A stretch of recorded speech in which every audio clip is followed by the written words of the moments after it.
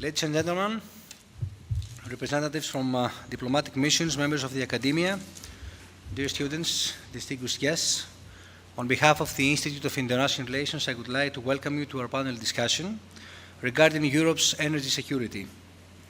Let me stress that this panel discussion is part of our Jean Monnet program, which is funded with the support of the European Commission.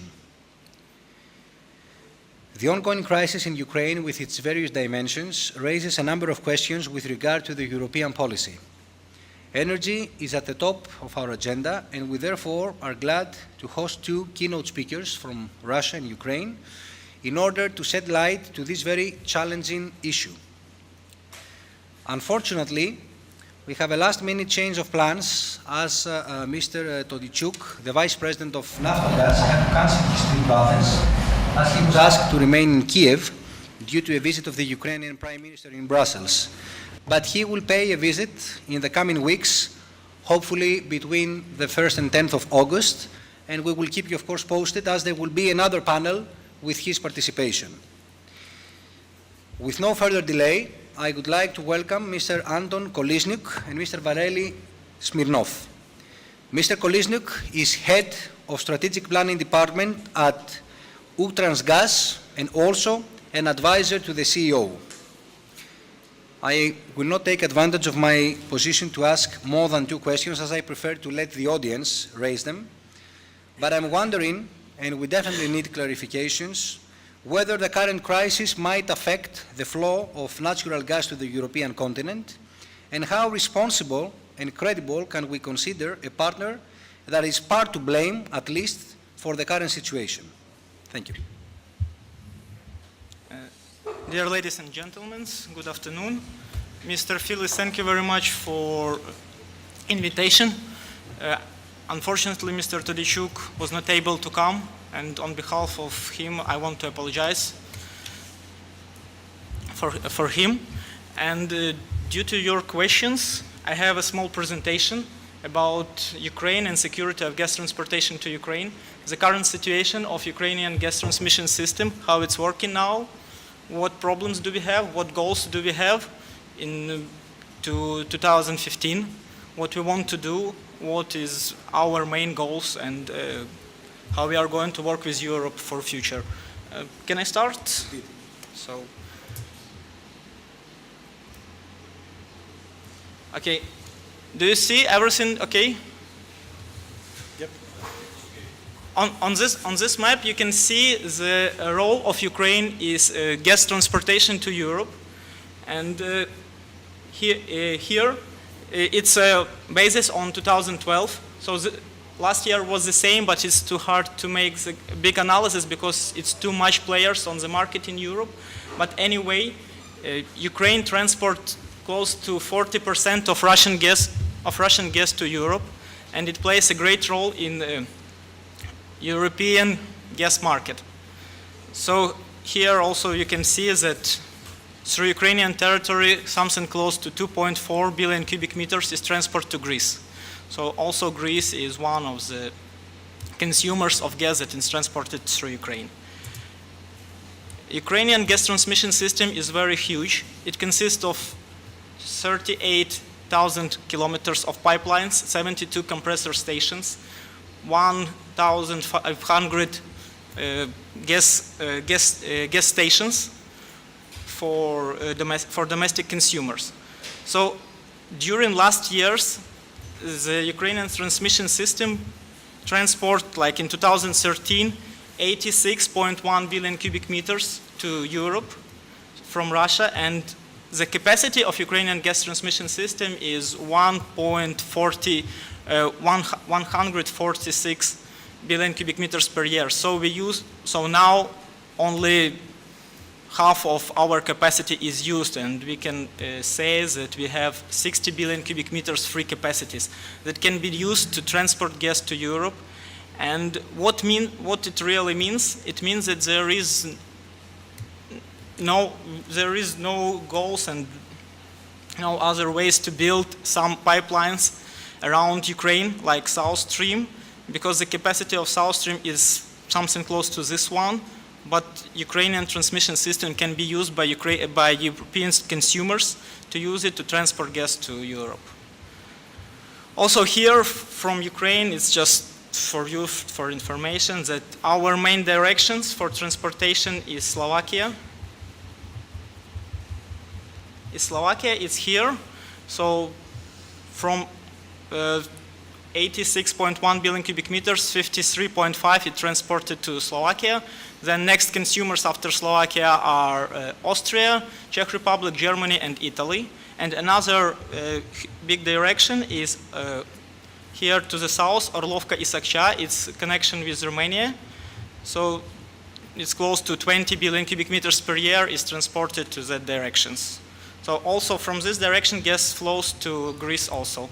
There are 3 pipelines that one goes to Turkey, Greece, Macedonia, Romania, and Bulgaria. Okay, and now it's just more about current situation and what is happening in Ukraine now. Here you can see the natural gas transit through Ukraine to Europe. And what you can see here, that Ukraine transmission system totally provide all the transportation due to the demand of European consumers. So here you see the demand and the actual transportation. Okay, demand, it could be nominations, it's the calls from European consumers, how do they need. And so we provide totally the gas flow from Ukraine to Europe. On what happened, I think you know about from news that on 16th of June, there was a stop of gas import to Ukraine from Russian Federation, from Gazprom, and now there is some claims from Gazprom in Stockholm, and claims from Naftogaz to Gazprom in Stockholm, but it's for future. And here I'm just telling you about the situation, what happened. So it was the stop of gas flow. One moment, please. Here you can see the import from gas from Russia. It's here, so it was 116 million cubic meters per day. 17th of June, it was 0. So, and also what you see, how Ukraine is working now. So we provide the transportation of natural gas to all European countries due to their demand, due to their nominations. And we we also import gas from Hungary and from Poland. The import is close to 13 million cubic meters per day. It's not so much, but also it's good. And the own production that are used by domestic consumers is 48 million cubic meters per day. So if to see the balance, if to look on the balance, we have even enough gas to input to underground gas storages and to have something for winter period. Also here, it's showing how was the situation in Ukraine. So it's the gas transit to Europe due to the demand and the stop of gas transportation to Ukraine from Gazprom. So it's 0 till now, and Ukraine is not importing gas from Russian Federation. I think it will be interesting also for you to know, because I think that some of you should heard about the explosion on Ukrainian pipeline that was on 17th of June. So on this map you can see the point where it was. I just want to be maximum correct, just to say that now there is investigations of what happened there. There are different versions, and the version of terrorism and of bomb is the main one. So anyway, now this pipeline is the pipeline was repaired, and I think during this week it will be working in normal situation. But just to show that Ukrainian gas transmission system is very reliable, very huge, and very flexible, that this situation, the explosion of this big pipeline didn't influence the gas transit to Europe anyhow. So here you see the gas flow. The green line is the gas flow to Europe, so the transit, and the red one is the flow from Gazprom to Ukraine. So because of this explosion, here also you see the hours. It was a big gap of the gas flow to Ukraine. but anyhow it influences the gas flow from Ukraine to Europe. So this situation ensure Europe, I hope it ensure Europe colleague on reliability of Ukrainian gas transmission system, on its work and on our readiness to do all our best to provide the gas transportation to European consumers and to be as a good partner to Europe. So here is like small topics of the current situation in Ukraine. We are fully provide the gas transportation to Europe. There is enough gas from Ukrainian production for supplying domestic consumers. Nowadays, Ukraine imports gas from Hungary and from Poland. And also Ukraine is injecting to underground gas storage facilities around 10-13. Now even it's a little bit more. I will show you on next slide, 20 million cubic meters per day. So here on this slide you can see the balance of Ukraine in 13th of June. So here you can see that the transit to Europe is close to 216 million cubic meters per day. It's all countries. And the transportation to the south, also this transportation is to Greece, is 56 million cubic meters per day. And we are injection to underground gas storage is 22 million cubic meters per day. It's for winter period. Ukraine has a big underground gas storage facilities. The total capacity, the total working volume of Ukrainian underground gas storage facilities is close to 31 billion cubic meters. And in normal regime, in normal way, when we are working, we have 15 billion cubic meters free capacities that can be used by European consumers for injection, for using this gas, because our underground gas storages are very, it's cheap. It's cheaper than European one, but unfortunately now Ukrainian market is not so open for Europe, and we are working on this.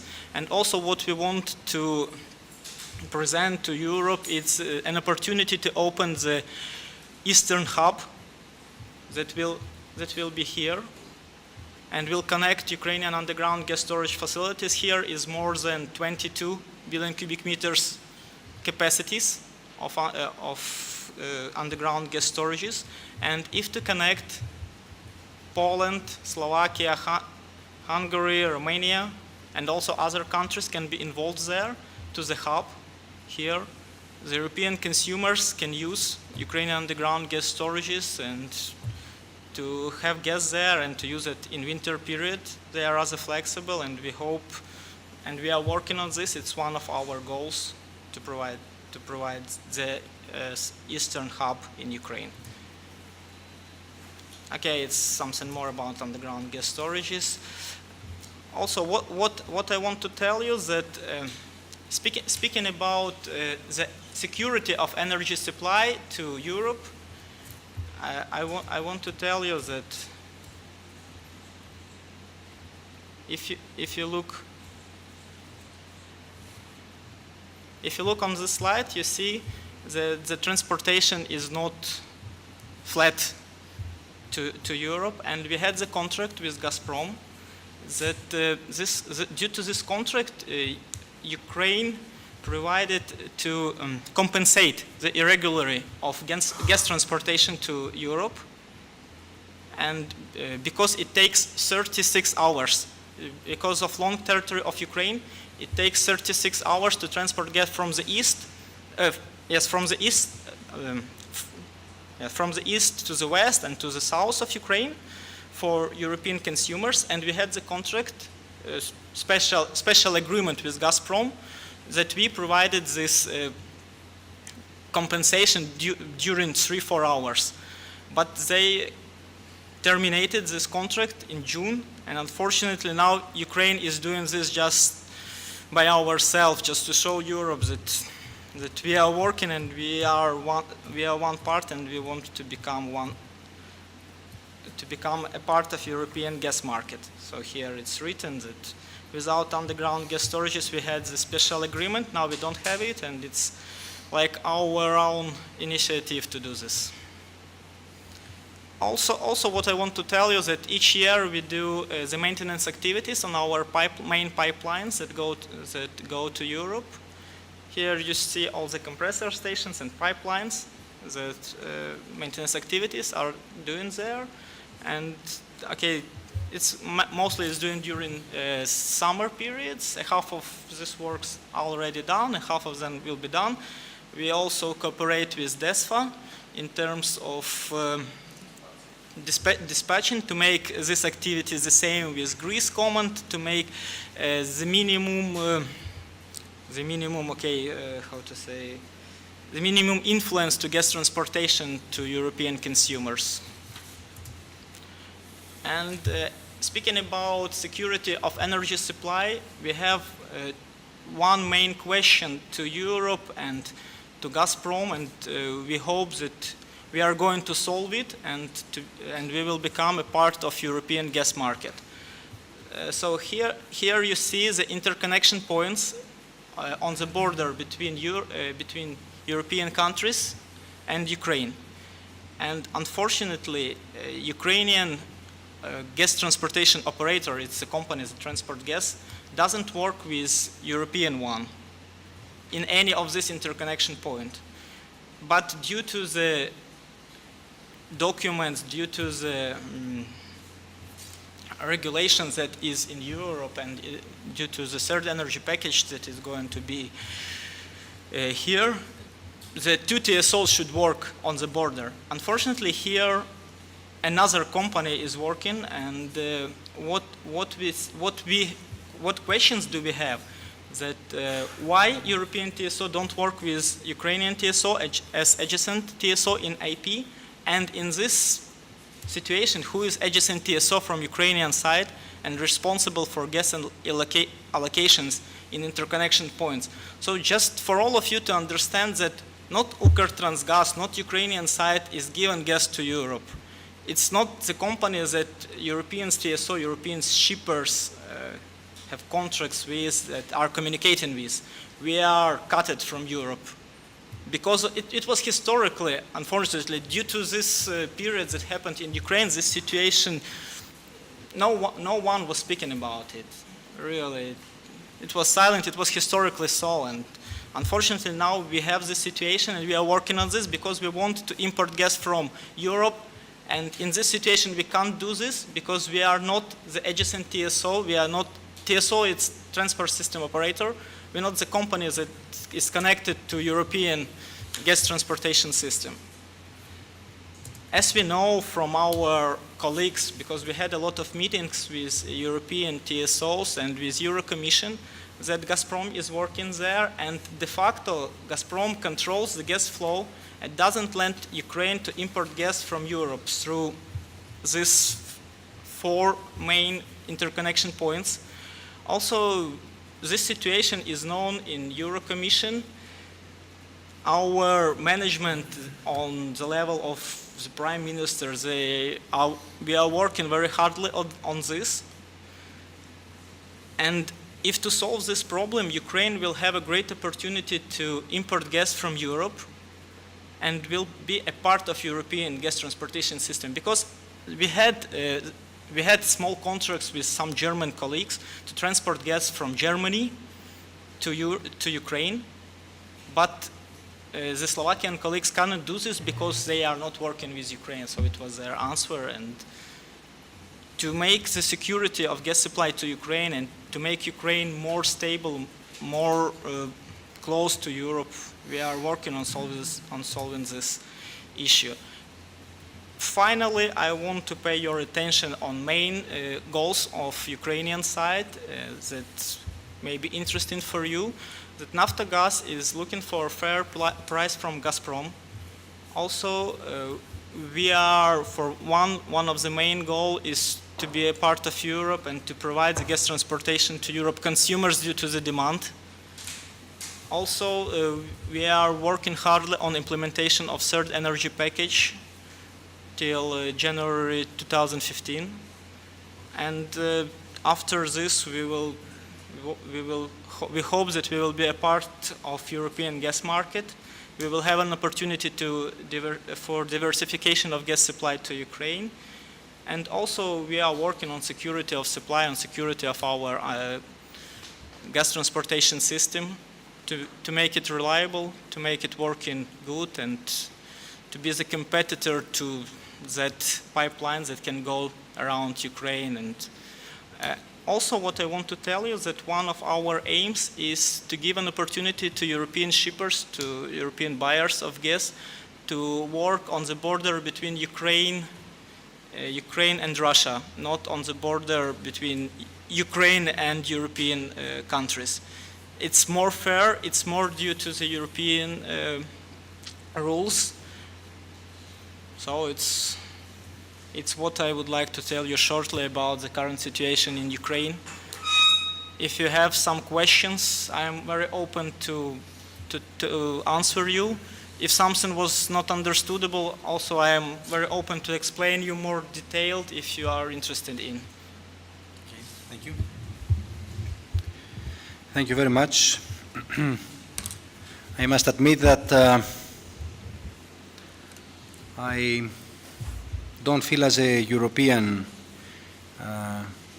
safer after what you just shared with us in terms of I can see, as it happened in 2006 and 2009, that the blame game between the two sides is starting again, and I'm very much concerned on whether we will have the same results as we had during these two crises between Russia and Ukraine, because as Europeans we are only interested in receiving natural gas in an uninterrupted way, and I am very, very much concerned that if you do not reach an agreement with Gazprom in the coming weeks, then things from September will be very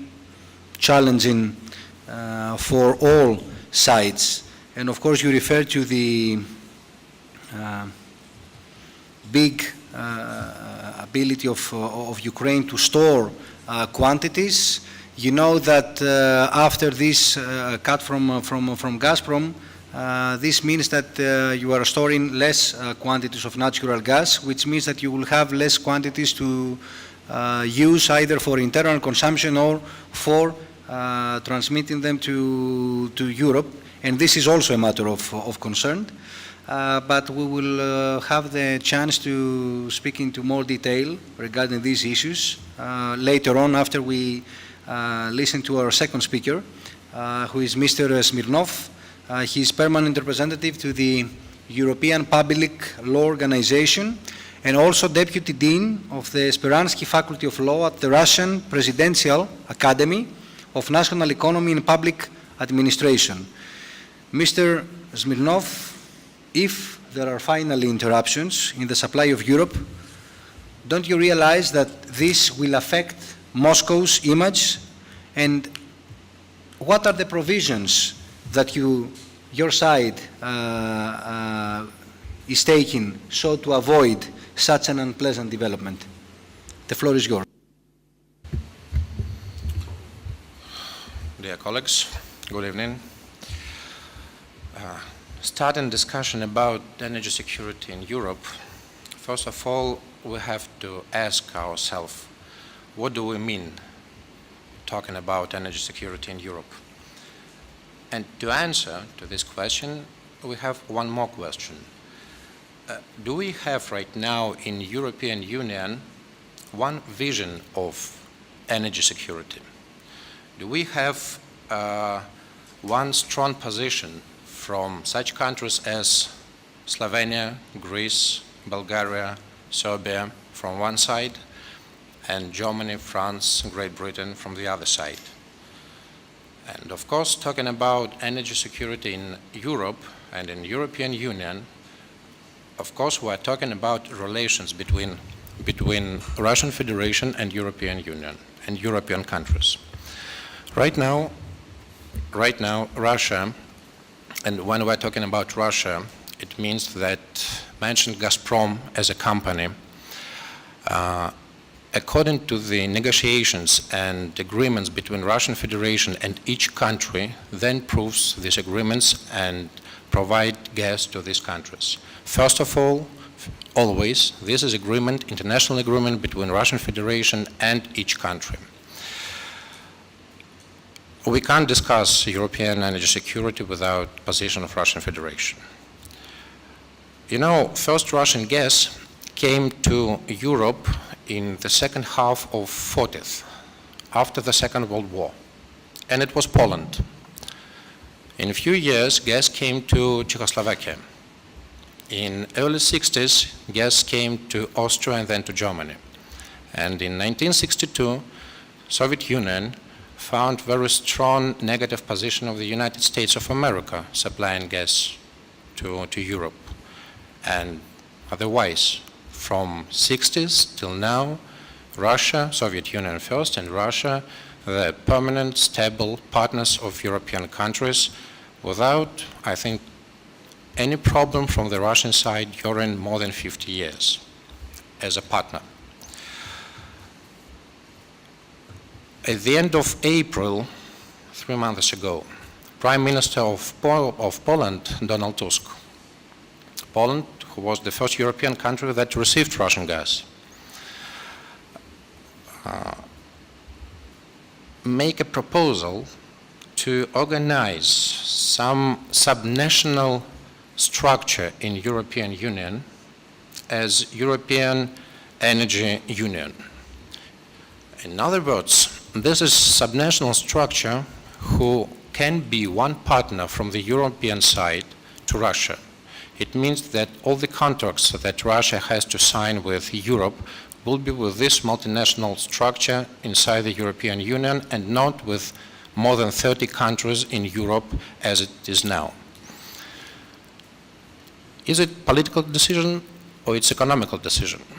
Because for Russian Federation, deliver gas to Europe, first of all, it's a long-term contract. In each case, with every country, we try to sign 25-year contract, which means that during 25 years, we can promise stability,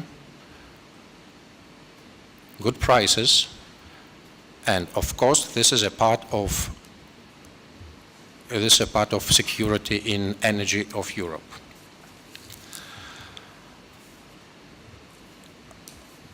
Building the pipeline, Nord Stream, can we say Europe became more safer or not?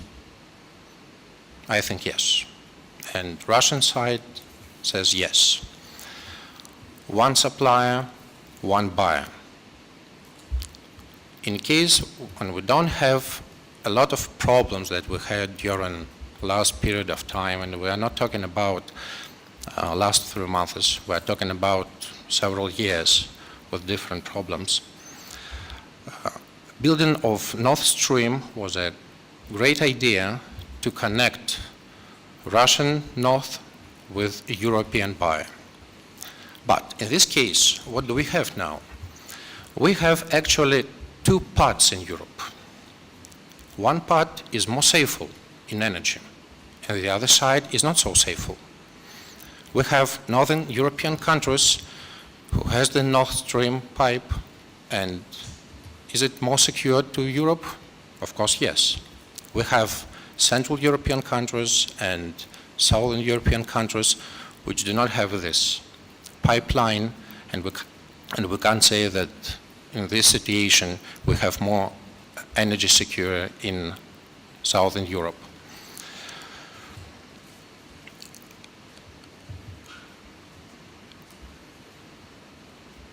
Except of this, and the other problem that we have is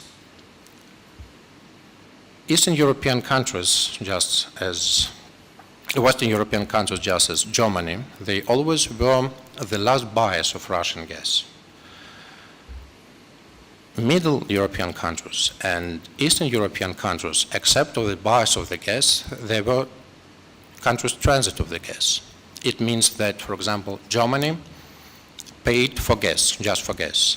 Slovakia, Ukraine, and other countries who can transmit this gas, they earned, I can say, huge amount every year for the budget of their own countries. In the case of Nord Stream, for example, just Slovakia will lost more than 170 million euro per year just for transit.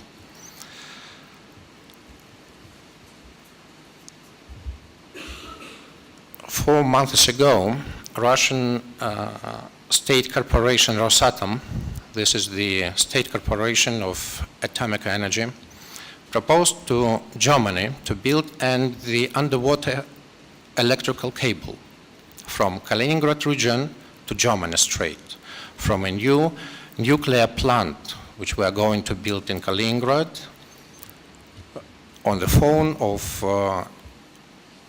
releasing the program of nuclear plants in Germany. We can say that this is one more step to increase energy safety in at least Northern Europe.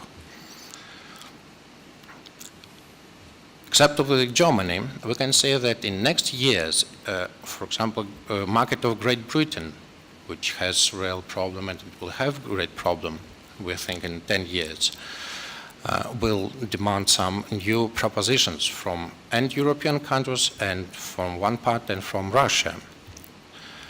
Great Britain has right now more than 112 tons of military plutonium. And this plutonium, Great Britain wants to use in energy purposes. They have plutonium, but they don't have right technologies to do this. And in this case, French and Russian Federation can help them, and there were some negotiations. Even if we're going out from the gas situation, even in nuclear atomic energy, we are strong partners, we are stable partners, and we can be on the side of Europeans every year, and we will for a lot of years. As for risks that we have in different crises, risk we can have, and in Asia we can have risks in building pipeline from Iran. We can have risks in Turkey, but in Turkey, if you want to know, volume of gas to Europe and to Turkey, we have a separate pipeline to Turkey, the Blue Stream. We had last year more than 100, I'll tell you exactly, 162.7 million cubic meters that we supplied to European countries and to Turkey. It means that this is 16.3% more than during the last 4 years. And this is on fone of economical crisis in Europe. During the last 3 years, the needs of gas in European countries was reduced more or less 1.5% per year, which means 4.5% during 3 years. And after this we could supply 16.3 more.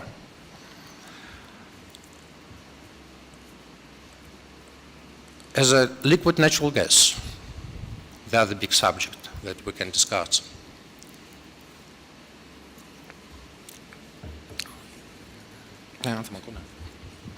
Liquid natural gas, as we're talking about security in Europe.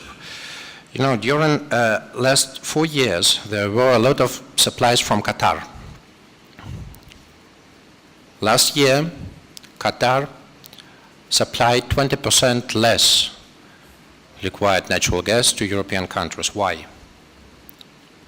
Just one answer. Yes, just one answer. Asian market is more comfortable. For the same liquefied natural gas in Asia, Asian markets pay 2 times more. It means that Qatar just decided that we can earn twice money in Asian markets, so we will send all the volume that we have free to these markets.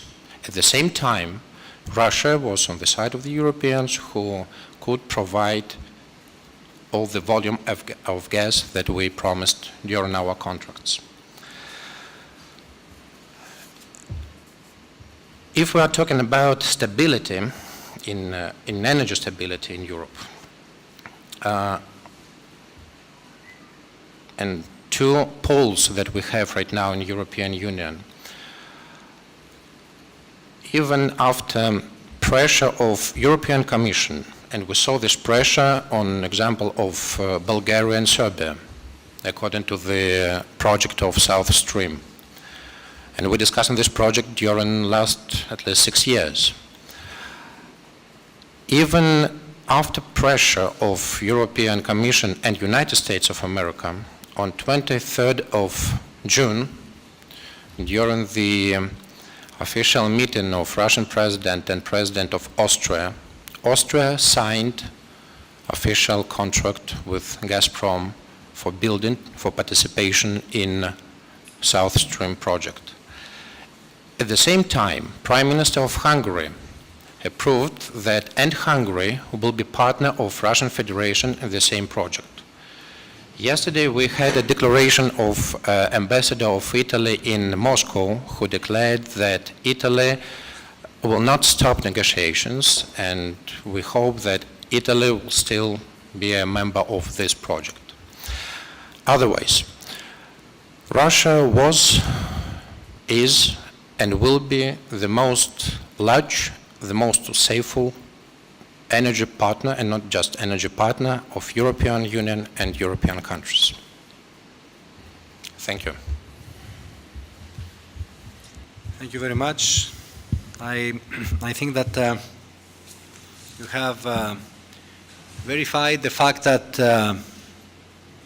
we have different approaches. I mean, the West and Russia in the notion of diversification. When we speak about diversification, we mainly refer to diversification with regard to suppliers. When the Russians speak about diversification, they mainly refer to it concerning transport states. I think reality stands in both cases. It's not in the middle, it stands in both cases. This is real diversification as far as open market is concerned, so both sides are right. But of course both sides have their own approaches. And it is not surprising that you spoke to us about Nord and South Stream and how effective Nord Stream has been up to now. Of course, there are, as you know, a number of European states that do not stand on the same side. They have another perspective on whether this adds to the security of supply of Europe.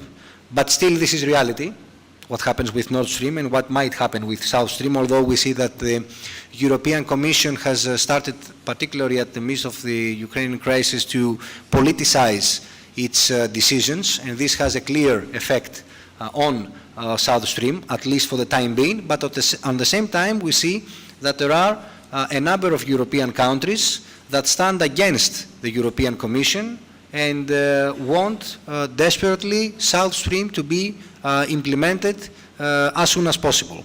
And of course, if South Stream is going to be implemented, this is a much needed clarification that we need to do for our audience. This does not entail that there will be extra Russian quantities that will be transported to the European market. The main objective of the Russians of Moscow is to, in order to limit the importance of Ukraine, is to take some of the quantities of the capacity that is transported through Ukraine most of it actually, and use it through South Stream. With that, I would like to pass the floor to a good friend and a professional whom I respect a lot. That is Alexis Giannakopoulos. He is Gas Transmission and Transportation Services Division Director on DESFA. And before he starts speaking Russian or the Azeri language, since Sokar is about to buy DESFA, I will pass him the floor to give us the market overview with regard to Europe's security of supply, which to me is crucial.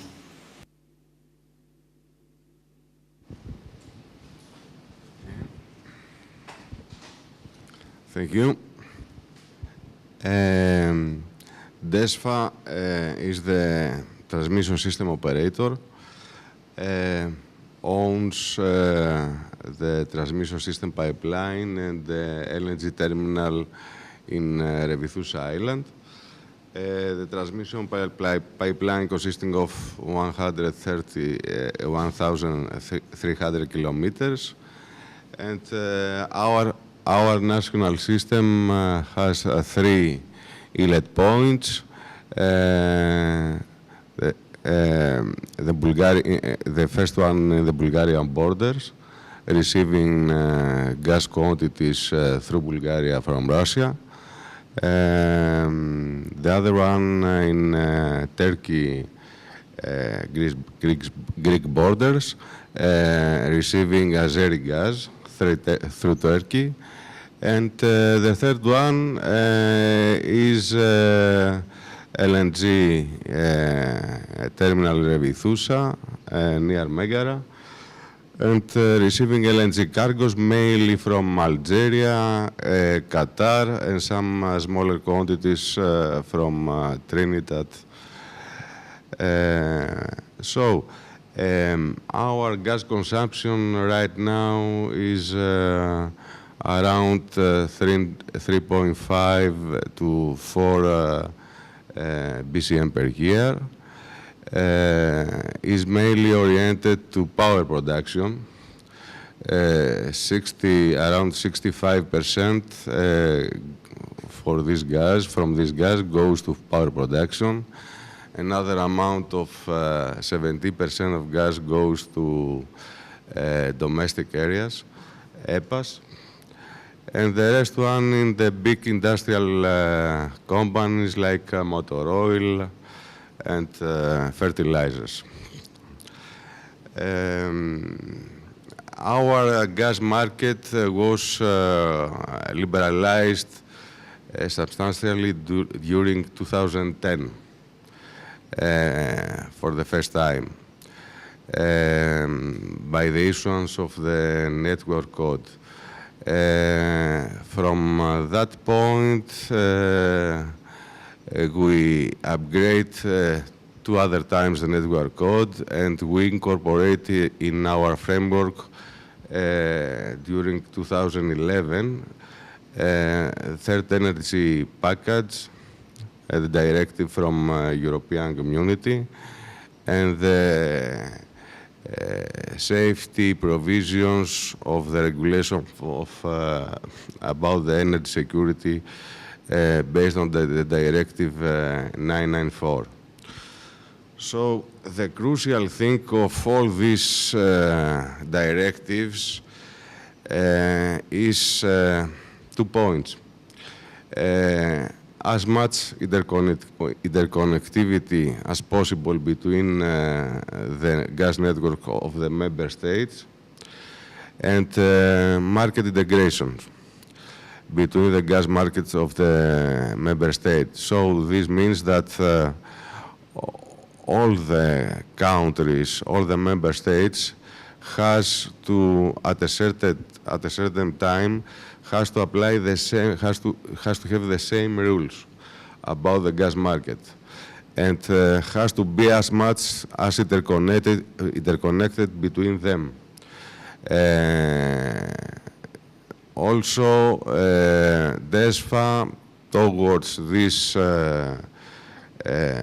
goals, we established this year, working with Bulgartransgaz, the Bulgarian transmission system operator, we established a reverse flow capacity from Greece to Bulgaria. Also, we discussed with BOTAS, the Turkish gas transmission system operator, in order also to have an agreement with them and to reach to the same result. Some words about Revithousa Island. Revithousa Island for us is a very important inland point. We have the capability to, through LNG cargos, to enrich the competitivity of the gas market. So also other players than DEPA was coming to Greek gas market through LNG cargos like Aluminium Group, Motor Oil, and also Power Plant Corporation.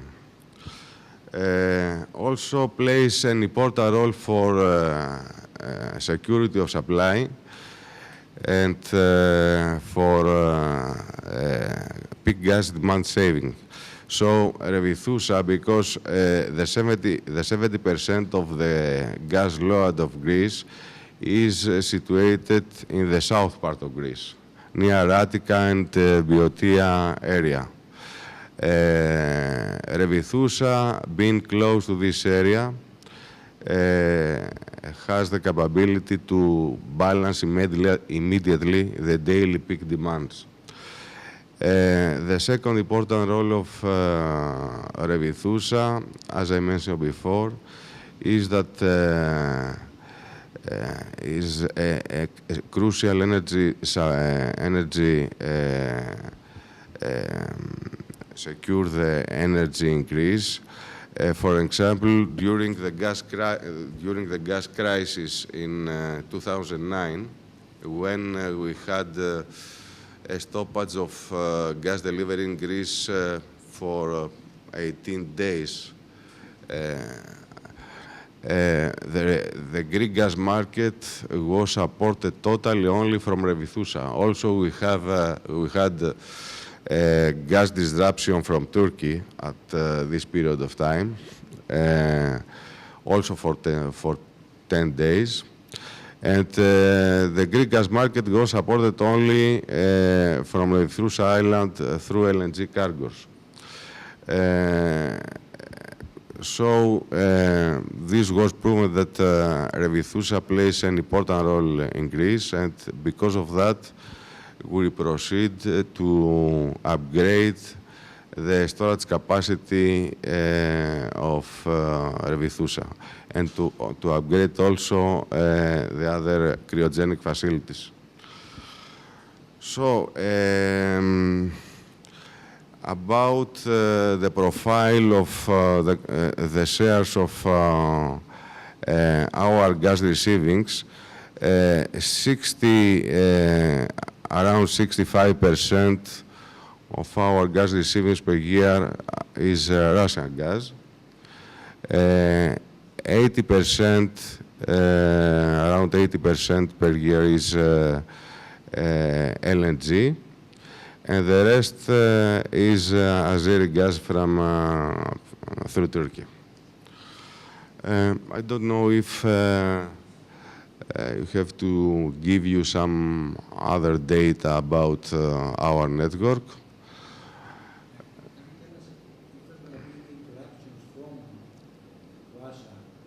Mm-hmm. As it happened in 2009. Mm-hmm. Sorry. If there are going to be any interruptions in flow of Russian natural gas as it happened in 2009, we have, of course, Revithousa, and we were secured for 18 days. And if I'm not mistaken, correct me if I'm wrong, we also supplied the Bulgarians with LNG from Revithousa. Are we nowadays in a position to confront such a reality if it takes place during winter? And if yes, for how long? Yes, this is okay. I forgot this. This is a very important event, let's say, that during that period of time and Bulgarian state became in a tragic situation and asked from us if it is possible to be supplied by gas quantities. So we supply for 3 days also the Bulgarian network with gas quantities coming through from Revithousa Island in rivers flowing. This was the starting point that Bulgarians after that came us and asked from us to sign an MOU and later on an agreement in order to provide them based on a contract with gas quantities. And also this was the starting point for the IGB, for the IGB interconnector, Greece-Bulgarian pipeline from Komotini to Stara Zagora. With, I think, 5 to 6 BCM per year from Greece to Turkey. As I mentioned before, right now we reached an agreement with Bulgartransgaz and we established the relevant equipment. We can provide them immediately in less than an hour with gas quantity from Revithousa Island. Also, this is another important role from Revithousa. Of course, if the gas crisis of 2009 will be repeated, and will be repeated during the winter period because our peak load is, the first peak load is in winter period, December, January, February, and the second peak load of our network, speaking about gas demand, is in June and July because air condition functioning. So, if this crisis will be repeated, okay, the situation will be again difficult, but having Revithousa Island, having right now a mature market, because in 2009 market was not liberalized. Now the market is liberalized, except DEPA, there are also other players. So having a mature market right now, we expect that we don't have so serious problems that 2009. But in any case, because Russian gas is the main gas that we receive, we face difficulties if happens this again. Thank you very much. I have a remark. A comment. Question, yeah. Ah, okay. So just not to It's better. just not to permit the same situation as it was in 2009, Gazprom 1 month ago started to fulfill gas holders in Germany. Until autumn, Gazprom will provide all volume to the gas holders of Germany, and its agreement which based on two sides. $3 million Gazprom will not take from German Republic. It will be gas which will be paid after. And 3 million, as I remember, it will be the amount that Germany will pay from now. But and using all of this, we can do using the North Stream and the pipeline via Lefkarasha.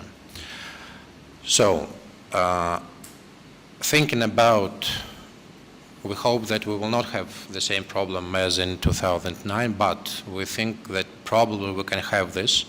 It's better to find the way, and we found this way, Gazprom found the way, to secure the at least Northern European market with our gas. When we are talking about North Stream and as the example South Stream, it means that in the same situation, the same pipeline can secure the region on the south of Europe on the same level. Okay, before I give you the floor, I give the floor to the audience. Just a clarification on my side. It is true that Nord Stream can play a role in what you have just described and in avoiding the extended list of the crisis that we faced in 2006 and 2009. Still, as you may know or may not know, there are two pipelines, extension pipelines of Nord Stream, Opal and Nel. Both of them are distributing natural gas through Nord Stream from Germany to Central Europe and to Northern Europe as well. But the European Commission has brought a number of barriers and difficulties in the fulfillment of these agreements, and actually it is asking, taking advantage of the third energy package and based on this third energy package agreement, is asking for more space, more capacity for non-Russian gas in both Opal and Nel pipelines. This has confused the situation, and I'm not very confident that at the end of the day we will be able to solve this problem with regard to Nord Stream. Nord Stream will provide the German market, but as far as the rest of the market surrounded by Germany, I'm not very confident that it will be able to transport Russian natural gas to those as well. Because as I said, Nel and Opal are under scrutiny from the European Commission. But this is just a technical issue, and we have been discussing about technical issues quite some time. And now the floor is yours. You may raise technical and non-technical questions. And all three speakers, particularly the two guest speakers, are at your disposal. If you can just introduce yourself. Rania, can you please come and help us with the microphone? So if you can just introduce yourself and, of course, raise the question. So the gentleman on my right hand.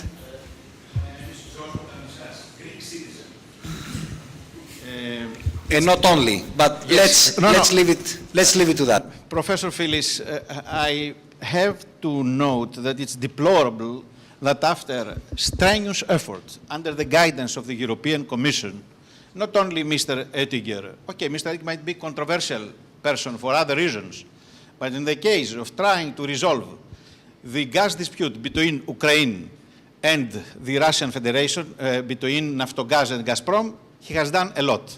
In vain so far. And according to all data we have, we cannot put the blame only on one side among those two disputing between themselves. I'm afraid that the issue is not going to be resolved till September, say. And the winter will approach. The storage capacity in practical terms of 14 billion cubic meters by Ukraine will start in exhausting. I don't know what will happen then. There might be political reasons behind the obstinacy of some parts there. Now, I would like to ask whether after the two parts have appealed to the International Arbitration Court or the specific arbitration court in Stockholm about this, to what extent their direct contacts continue and when rather than if they're going to meet next. The issue is acute. Our Minister of Foreign Affairs has noted with dissatisfaction the fact that within the 15 points peace plan by President Poroshenko, there is nothing pertaining to the gas, to the energy issue, but nevertheless, this is an issue which overshadows all the other aspects of the current deep Ukrainian crisis. And I would like to ask the Ukrainian representative, which in their minds should be a fair price? First, and second, this is the second rather, because the first question has been when they're going to meet next. Thank you. I suggest that we collect one or two more questions, then we end with the first round, and we continue with the second, if there's going to be a second round. So, Wells, speak up your thoughts.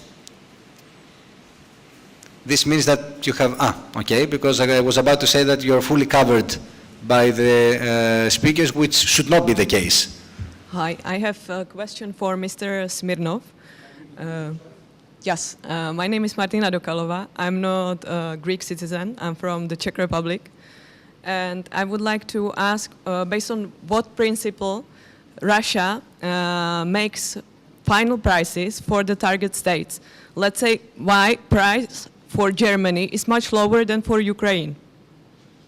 Thank you.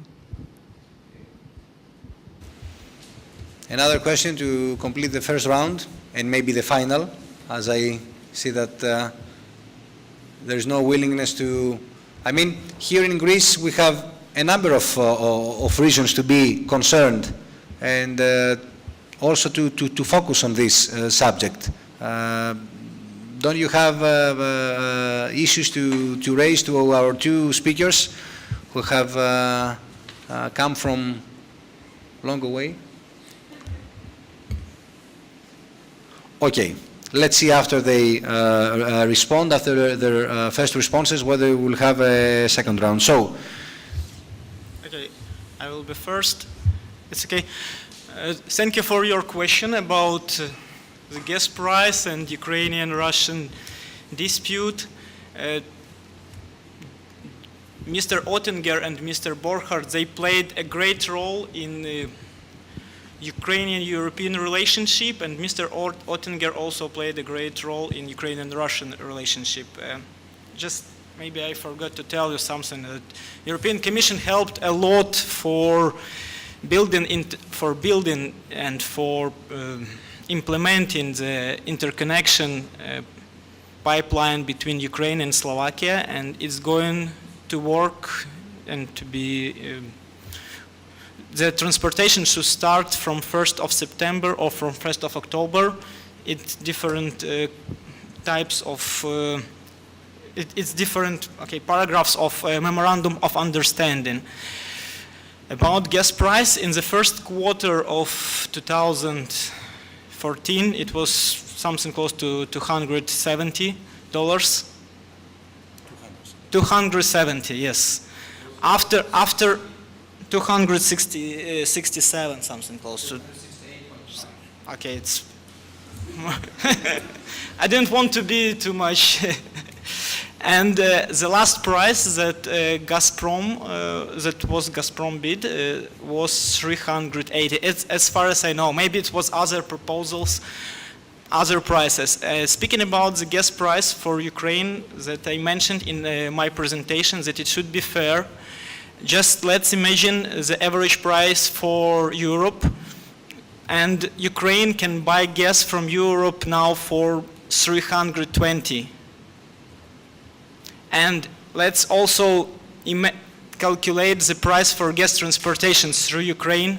It's close to $37 per 1,000. So if on the border between Ukraine and Europe the price could be 320 from Gazprom from other shippers, if the price is fair there, why for Ukraine it should be 380? It's the main question of Naftogaz to Gazprom. Why the price is not fair? Why is the price for gas, and why gas is one of the weapons against Ukraine? So it's. Can you please tell us what was the price in 2013 rather than in 2014? Because there was a revision in the price after the incident with the summit in Vilnius. So can you please tell us what was the price before November 2013? Unfortunately, now I don't have all the prices. It was more than 300. Okay. I think it was close to 400. No, but we had the discount of 100, and there were different agreements between Ukraine and Russia. Also, these agreements were concerned about Crimea. Now you know that Crimea, what is Crimea now? It's part of Russia, or what it is? Why it is? Why we have there 1 billion cubic meter of gas production? Why now this gas is Russian gas? And because of that agreements, we had some discounts for Ukrainian side from Gazprom. Now it wasn't so. So it's very hard to speak about that price that was before. It was another government of Ukraine. It was another people. It was another agreements. It was another agreements between governments, between presidents. So even I think that it's a part of an answer. Okay. Just what we want. What is the position of Naftogaz? Is a fair price, it's the average price from Gazprom to European consumers. Why Gazprom is selling gas to other European countries with less price, manipulating like, okay, I'm not so sure, I didn't saw the figures, but we know that there are some discounts for Croatia, for Serbia, for gas price, just to be involved in South Stream. It could happen, and why the gas price is something for manipulating, why it's not fair for Ukraine. And I think we have discounting for Greece. Yes. After long. But we have it. Unfortunately, I'm not a representative of Gazprom, unfortunately. You understand? But as far as I know the situation, and in the beginning of my speech I told about this, that in each case, with each country in Europe, and now why we don't talk about last contract with China for $40 billion. This is for 30 years. It means that every time Gazprom, basing on the agreements of Russian Federation and each country, close contracts, 15, 20, 25 years. The position of Gazprom always, it's as long as we can close the contract is better, and for us as a sellers and for you as a buyers.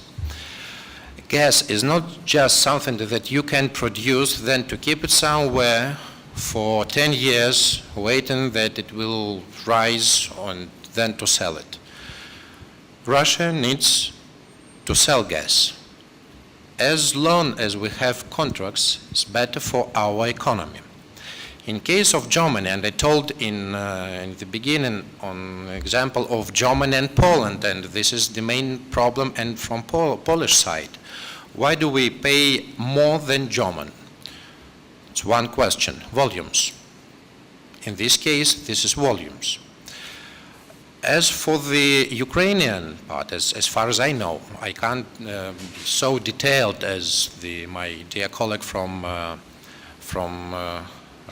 Naftogaz, but at the beginning of this year, after the agreements of November agreements of 2013, Ukraine had the not just low price, it was a Santa Claus present, 275.5. It was the lowest price in not just in Europe, in whole the world. But One main condition of this agreement, and we're not talking about the political situation, we're not talking about the situation of February and March in Kiev and then in whole Ukraine. We're talking about agreements. We have contract. We give you gas on this price, you are pay. If you don't pay, and it was just an agreement inside of the contract, if you don't pay, we can, it was our discount, we can bring back our discount. Without discounts, if you don't pay. So we didn't have payments for 3 months during political situation in Ukraine, no strength of negotiations, and Russia decided to bring the old price. The price, according to this price, former Prime Minister of Ukraine, Mrs. Tymoshenko, was charged and spent several years in prison. And the main question to her was that he used her power and signed one contract with Russian Federation in very high price, and it wasn't to the goodness of Ukraine. I can inform you that 3 weeks ago, according to the decision of Supreme Court of Ukraine, Mrs. Tymoshenko was decided that she was innocent. Supreme Court of Ukraine 3 weeks ago. What does it mean? It means that in 2009, she signed a good contract. But it was a contract with I think, quite high price. From one side, we say that it was a high price. From the other side, from the Supreme Court, we say that it was a good contract and we don't have any problem with Ms. Tymoshenko.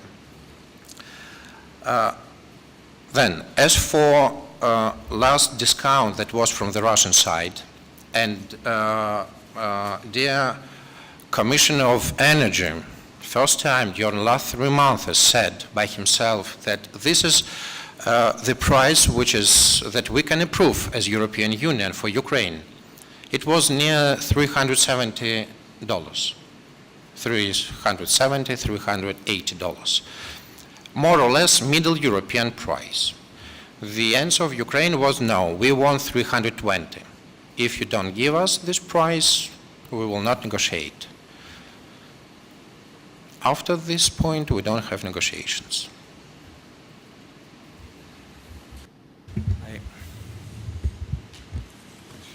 I think that Gazprom has found a very good representative of its position, so you might use today's event for future job. Let me just say 2 things. Number one, our good friends from Ukraine complain for this price. Greece was paying for quite some time a price around $460, $470 per 1,000 cubic meters. It was revised. It was not revised during the financial crisis, when we, as Greece and as Greeks, are counting friends.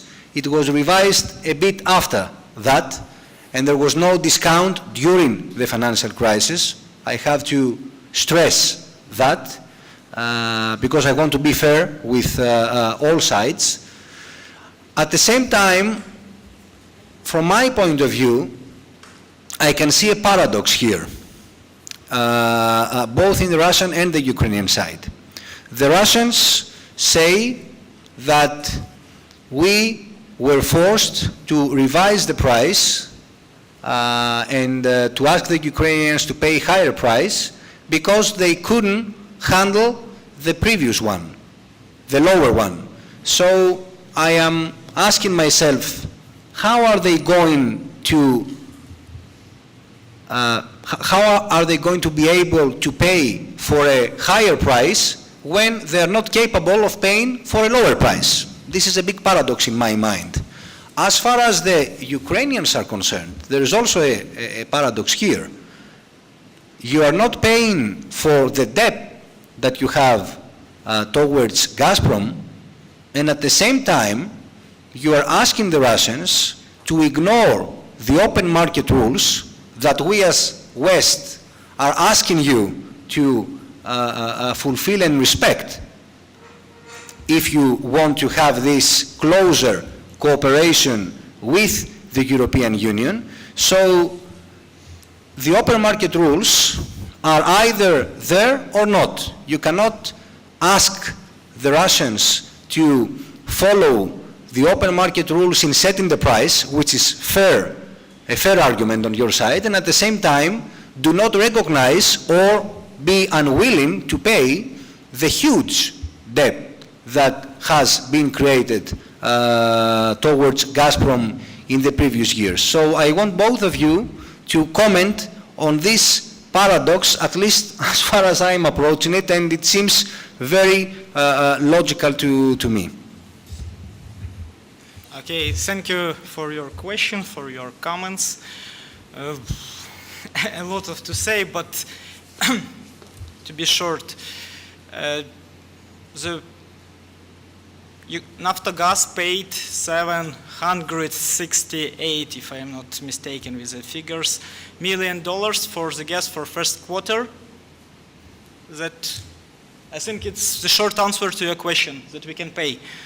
So, and we will pay the fair price. It's not a problem for us. For us, we don't understand why we have to pay more. It's Ukrainians, I don't understand. We have money to pay for it. We have industries that is working, that can pay the price. So just what we want fair price, and to ensure that I told you that Naftogaz paid all the debt for the first quarter when it was lower price, and after the second quarter price now is in a court. So there will be some decision of it, and we will see. Just I don't want to comment it because now lawyers are working with this, and so on. Also, what else is about the discount of Gazprom and so on. That I told you before, it was just a discount. It was not the price. So it's also the part of the game that we will give you this, you will give us another opportunities and so on, and another government was working that time, and also if to go to the contract between Naftogaz and Gazprom of the price of buying the gas from Gazprom, it is written there that the price should be fair, and the parties can change the prices and they can discuss it also. So it's what we are working now on, and what we would like to do. Also, if to speak about Ukraine, and I forget because you told about, I remind your question about 14 billion cubic meters in underground gas storages, that now Ukraine is very interested in importing gas from Europe and injection it into underground gas storage facilities. And if to speak about our winter period, it will be hard, really. I don't want to be too detailed because it's two different variations of what can be. But we need, of course, to import gas from Europe. And for us, also, one of the main goals is to continue transport to Europe. Because if Europe has gas, then Europe can import gas to Ukraine from other sources. You have also an extra contributor in case you need. Did I answer? No, of course. I'm just saying that you have also an extra potential contributor in case you need money to pay the debt. That is IMF. So you are in the right place, to ask about IMF and receive the proper answers. So, how about the Russian paradox? Russian paradox. Russian paradox is that Ukraine want to pay the amount that they want to pay, 320, and be paid for transit. So, middle European price near 370, 380, it's not good for them. It's good for Germany, and Germany is a last buyer. It's good for Slovakia, and Slovakia buying gas and can make a reverse to Ukraine, because when Ukraine talk about buying gas from Europe, what does it mean? Do we have gas in Europe? Wrong gas in Europe. I don't think so. It means that this is the reverse payments. Reverse payments is Slovakia, and Slovakia, as Ettinger said 2 weeks ago, can promise to Ukraine 8 till 10 billion square meters of gas. But I've read about 8, 10. Maybe, but when we're talking the reverse amount, what do we mean? That in summer it's less, and in summer Slovakia, Poland, Hungary can sell some amount. In winter, no. It means that Slovakia should buy more to sell to Ukraine. And we had reverse buyings from Ukraine, and in 12 from Poland, and in 13 from Hungary. So the price of reverse gas from Poland and Slovakia was for $25 more than a contract gas from Russia.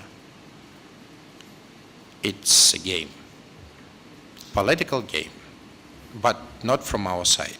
If you don't want to buy cheap by a contract and be honest in payments, and payments, when we mean it's not a discount. Discount was $100 because of a Navy base in Sevastopol.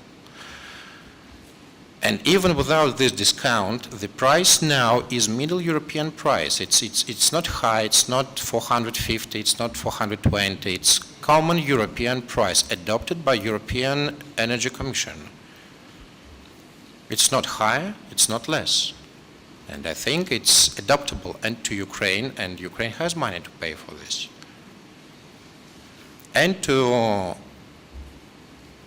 ensure the energy safety of Russian gas to Europe for winter. Otherwise, as I said, Gazprom started to fulfill gas holders in Germany via Nord Stream till autumn. So at least Northern and Western Europe, we will not have a crisis, at least, in a bad situation. We hope that we can find a decision till autumn. Of course. It's going to be some small ping-pong game. Unfortunately, it's not about security of supply, but I am either the ball or the net. So, just some comments about the gas in Europe. For instance, let's imagine in Greece you have good LNG terminal, good LNG facilities. I think you have also free capacities there, don't you? Yes, you have. So, if Ukraine has an agreement with USA, for instance, with Qatar, with some LNG supplier, it will buy gas from that side, will put it to Greece, and Greece will have too much gas, and it can put it to Ukraine. Why not? It's the rules of European gas market, it's the rules of why not? Why Ukraine can't buy the gas from another supplier? And also, just a small comment, it's not Slovakian side who will supply gas to Ukraine. Mostly it's, I think it will be German or French supplier, maybe some Hungarian companies, but not Slovakian side. But what we want that the European gas market can be full of gas, and Ukraine can also import gas from that side. And it could be also Norwegian gas, for instance, for Ukraine. If Ukraine has agreements with Norway, why not? Why we can't buy gas there? If all the Europe can do this, why Ukraine cannot? Because there is a monopoly of one company, what is the biggest supplier. For us, we don't understand this really. We also, and just to stop this ping-pong game, mostly let's speak about the energy security of supply of Greece, of Europe. I think not the Ukrainian price is the main goal here to speak about. What do you think about it? Because it will really become a ping-pong game. And It can continue. The audience is enjoying it, but so of course you can exchange views. I'm just going back to the audience to ask for questions or observations or anything more. I can realize that due to the high temperature and summertime, you are more than relaxed, to put it this way. But yes, we have one question. Please introduce Hello. yourself. I happen to know you, but introduce yourself. Cécile Texier from France. I have two questions. One first question to Mr. Kusnik and Smirnov. Sorry for the pronunciation. So you pointed out the fact that for now Ukraine is relying on its gas storage, so it's not affected by the cut in Russian imports. My question to Mr. Smirnov and Kusnik is when do you expect Ukraine to meet serious difficulties in meeting its needs, provided that no solution, no other option is found? So it's a pessimistic scenario, sorry, but just to know if you have any assessment on when Ukraine will meet difficulties in covering its needs, its gas needs. And the second question is for Mr. Kanakopoulos. I wanted to know, okay, it's maybe more a question for DEPA than for DESFA, but maybe you are aware of the answer. Does Greece have taken any step in order to negotiate with other suppliers in case there is a problem in the supplies to Europe and to Greece, provided the fact that Greece is depending, you mentioned it in your presentation, on 65% on Russian imports? Okay, any other question from the audience? Okay, two more ones. It's working. I mean, the way I'm manipulating you is working. So I was intrigued from the comment of Mr. Phillips about the price of gas in Greece. And the question is to Mr. Smirnov. Recently, some days ago, the managing director of the export arm of Gazprom, I think he is called Mr. Medvedev, has changed. And there is a new managing director of the export Gazprom company. And some analysts said that will mean a more flexible pricing policy towards Europe. Is that correct, or is that a European fairy tale? Thank you. And the last question by Mr. Belgradis. It's about the same. I didn't mention from Mr. Smirnov about the fair price for Greece to selling gas to Greece. Thank you. Okay, thank you. Shall we start? Rania, can you bring the microphone in front so that Mr. Giannakopoulos will start responding? Okay, let's explain all the views of all of our views about the interconnectivity and our strategic goals in Greece. First of all, and this is an important thing also, we had from 2009 an agreement with Gazprom about South Stream.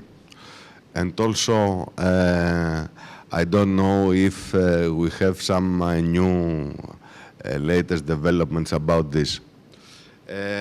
So we have a collaboration with Gazprom about the South Stream. The second one is that we have already a collaboration with TAP in order to take the operation and maintenance of the pipeline that will be constructed.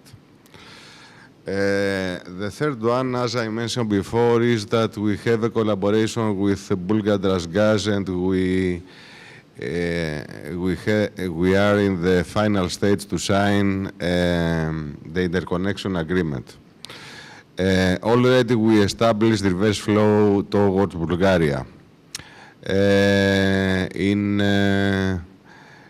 2016, the Revithousa Island will be upgraded totally, speaking about storage capacity and cryogenic facilities. Also, we look forward to East Med. Most probably you hear about that. Looking from from the gas quantities, and we discussed with DEPA in Cyprus, in Israel. So, and also we are in a very good relationship with BOTAS, and we proceed with them also to sign the connection agreement in order to establish also with them reverse flow. And we have finally liberalized market, have incorporated the third energy package and the Energy Security Law 994. I think that I transfer to you the picture that to have as much as possible interconnected with the networks from Bulgaria and in Turkey, and also to upgrade LNG terminal, and to having a framework in full accordance with European directives. This is our strategic views and our strategic goals about our network. Of course, I would like to mention that Russian side, Gazprom, is a very crucial gas player, gas supplier. And we have a good collaboration with them. And because of that, we signed with them in 2009, and we create with them a joint stock company about the South Stream. But because of the decision of the Russian side then, at 2010, the project was cancelled, was put in hold. I think that political reasons, technical reasons, I don't know, but in any case was a Russian decision. I think that I transfer to you all the picture. Yeah, that's great, and let me just say that we have a good relationship with the Turkish BOTAS. At the same time, we are in court with them. We have a dispute. Maybe we set an example for you as well. You can be in Stockholm in the court, and at the same time have a normal relations between the two sides. So let me pass the floor to the two guest speakers before we conclude this evening session. I think 2 or 3 days ago, the Vice President of Naftagaz, who is not here today, in one of his interview, told that the volume of gas in gas holders of Ukraine right now, this is more or less 14 billion square meters for Ukraine, and it's enough till autumn, and with strong economy, it can be enough, and for winter. It's something that I've read. I don't know how exactly it is. Main idea of today's discussion is from Russian side is that Russia tries to do everything to supply gas to Europe for all buyers. We have contracts, long-term contracts and international agreements, and we don't want to stop these contracts. We don't want to fix some problems to any country. Not in Europe, not in Ukraine, all over the world. So, right now, with all proposals and negotiations that we had during last 3 months, we tried all the ways, and with the Ukraine and with the European colleagues, as far as I know, to solve this problem.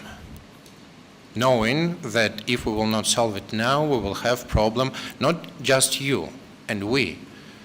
When we're talking about European energy security, we have to mention that Russia is the part of European energy security. It is not something outside, it's a part, and this is a main part. If we will have problem with the European partners, we will have problem in Russia. It's a common. We can't talk about problems in Europe thinking that it's okay, they will cold, they will freeze, and we are okay. No. It's a market. So, for us, main purpose is to solve all the problems that we have. And one of the problems strategically for next 20 years, because if we're talking about the Southern project, this is a project where it's not just Russia which participate. This is in German companies and Italian companies and French companies. And we're talking about project for 20 years. Just in 20 years, it can be profitable. Gazprom and European partners can invest all the sum of money to this project, thinking about profit in 20 years. First of all, it's doing for what? For security, energy security in European region. Thank you. Thank you. If to speak about volumes in underground gas storages of Ukraine, you can find the information on our website. It's UTG.ua. Okay, if you will ask, I will show you. Now it's 14.4 billion cubic meters there, so it's rather correct. To speak about when troubles can happen, I think that on my presentation I showed you that Ukraine is very interested in providing gas transportation to Europe in that quantities that is demand in Europe, in that quantities that Gazprom gives to Europe. I don't want to be too detailed into the contracts of transit and into the contracts of buying and supplying, so just because there are a lot of if in that contracts, especially that gas transportation to Europe should be flat during the quarter. And during the last 3 years, Gazprom never provided this paragraph of the contract. But it's too, I think it's too complicated now for this, for now for speech. And the best situation for Ukraine, if we have an opportunity to open the access to European gas market and have an opportunity to buy gas from Europe, starting from September from Slovakian side, then we will have an opportunity also in September to inject more gas into underground gas storages.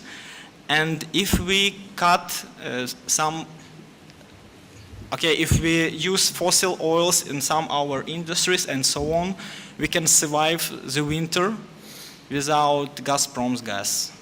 The worst situation for Europe and for Ukraine, I think, is if they stop the gas transportation through Ukraine, and it will be the worst for everyone.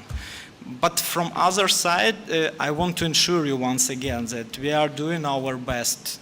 That was shown on my presentation. You can also check all the figures on our website that Ukraine is providing the full gas transportation to Europe due to the volumes that comes to Ukraine for transit to Europe.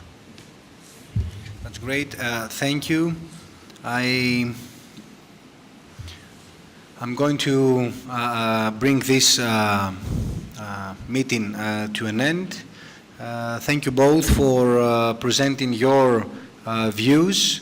Of course, they more diverge rather than converge, which is and should be the goal of all sides involved in this dispute, that in this crisis that has many dimensions, and energy, of course, is at the top of this agenda, at least as far as European Union is concerned. I would like to thank all three of you for shedding light to a very confusing and challenging issue. And I'm just going to close, to conclude by saying that personally I feel more uncertain than certain than I felt before the meeting, because, as I said before, I see that there is not much room for convergence of interests and for finding common denominators. Still, we have to be optimistic. Optimism is the beginning of every victory. So we have to be optimistic, and fingers crossed there will be a solution in the coming weeks or months, and surely before the crisis becomes such that will not be, no side will be able to control it. Thank you very much for your presence, and enjoy the rest of the evening.